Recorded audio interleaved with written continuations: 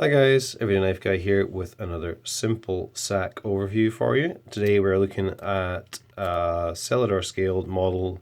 It's about as simple as it gets really. This is the Bantam, 84mm Bantam, and let's just open it up. We have of course the main pen blade there. This is one of the well-used lot that I picked up on eBay recently. You've probably seen other videos about these by now. And yeah, you can see the blade is pretty scratched up if I can get this to focus. The scales also fairly marked, but not terrible. It's just a little extra knife. I'm not really going to invest any money in putting new scales on something that's in that poor condition, but it's a pretty cool little blade. And as for tool set, yeah, pretty decent, because of course you have the combo tool up here, which is very useful. Cat lifter, small flathead, can opener, wire crimper, and of course the great thing about this single layer SAK with Celador scales, or even a nylon version, is you have the usual tweezers and toothpick. And that is kind of the selling point really for me over something that is single layered ALOX, such as this one, which is the secretary. And obviously this, well, not obviously, I mean it's a matter of taste, but in my opinion this is the more attractive of the two knives. But in this case, of course, we just have large pen blade and small pen blade. And of course the ALOX Bantam is now discontinued. I don't know, is the Celador Bantam discontinued? Somebody remind me on that, I'm not too sure. But anyway, it is nice to have the combo tool as opposed to the small pen blade. I would pick that pretty much every time. Even over this one, which is my much beloved, let's put it in the case there, much beloved Victorinox Popular. Of course, is also in the same format as the secretary. Come on. Large and small pen blade. And same, pretty much exactly the same length there on the chassis, much thinner on the ALOX, which isn't necessarily a good thing. If you're carrying this as a small backup pocket knife, or even as a main blade as part of your carry, depending on what your tastes are in knives and tools and so on, it's actually nicer to have something a little bit thicker usually if you're actually putting this to any real use. You can definitely get a better purchase on this than you could on the thin handles of the secretary, particularly if you are a dude or have dude-sized hands, for that matter. Yeah, that's a little bit thin.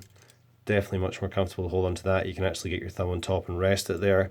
If you put your thumb on top and rest it on something as thin as this, you feel like you're just going to push it over one way or the other. So, yeah, quite nice for EDC for sure. Very slim little tool, and quite useful having that decent-sized pen blade and the combo tool. So that is the Bantam. A number of different variations in this in terms of scales and so on over the years. Keyring, no keyring. Sorry, my camera is just shocking at focusing today. So probably most of this video has been out of focus. I do apologize about that. And what I did notice about this one is it has quite a cool little shield on the scales. Let me pick up something else here that's similar. Here is the Waiter I did an overview on recently. Look at the difference in the shields. Much bolder font, if you will, or bolder style in this one. This has got quite a lightweight little surround on it. It actually looks really cool. It almost looks a little bit like this has worn off. It isn't though, and I think this is what they call a hot stamped or slightly different. Is it a hot stamp logo? I don't know.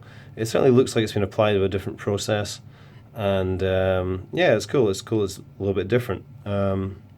I like it. It doesn't have the little attaching sidebars on it either. I'm probably rambling on here, and this actually means that it's a cheap Chinese copy. Probably someone will like me on that. I'm sure they will. People tend to not hold back on these things, but I think it's pretty cool, and I'm hoping it's genuine because I like that little shield, and it's kind of a little unique feature of this knife that I like. So this one, as I mentioned, is not in very good condition.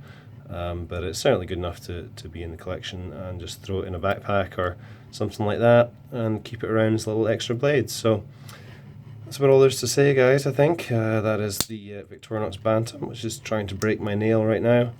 Really simple little knife, but yeah, pretty cool.